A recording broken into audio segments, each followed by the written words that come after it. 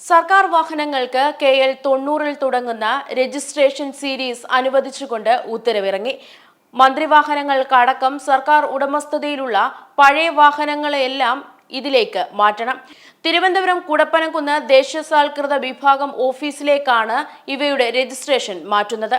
സർക്കാർ, കേന്ദ്ര സർക്കാർ, തദ്ദേശ പൊതുമേഖലാ സ്ഥാപനങ്ങൾ അടക്കം എല്ലാ വാഹനങ്ങൾക്കും രജിസ്ട്രേഷൻ മാറ്റും. KL 90A സംസ്ഥാന സർക്കാർ, KL 90B കേന്ദ്ര സർക്കാർ, KL 90C തദ്ദേശം, KL 90D സർക്കാർ ഉടമസ്ഥതയിലുള്ള മറ്റു സ്ഥാപനങ്ങൾ എന്നിങ്ങനെയാണ് നമ്പർ അനുവദിച്ചിട്ടുള്ളത്.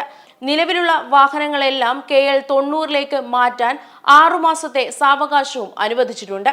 അതത് സ്ഥാപനങ്ങൾ ഓൺലൈനായി അപേക്ഷ നൽകണം. അതിസുരക്ഷാ നമ്പർ പ്ലേറ്റാണ് വാഹനങ്ങളിൽ ഘടിപ്പിക്കുന്നത്.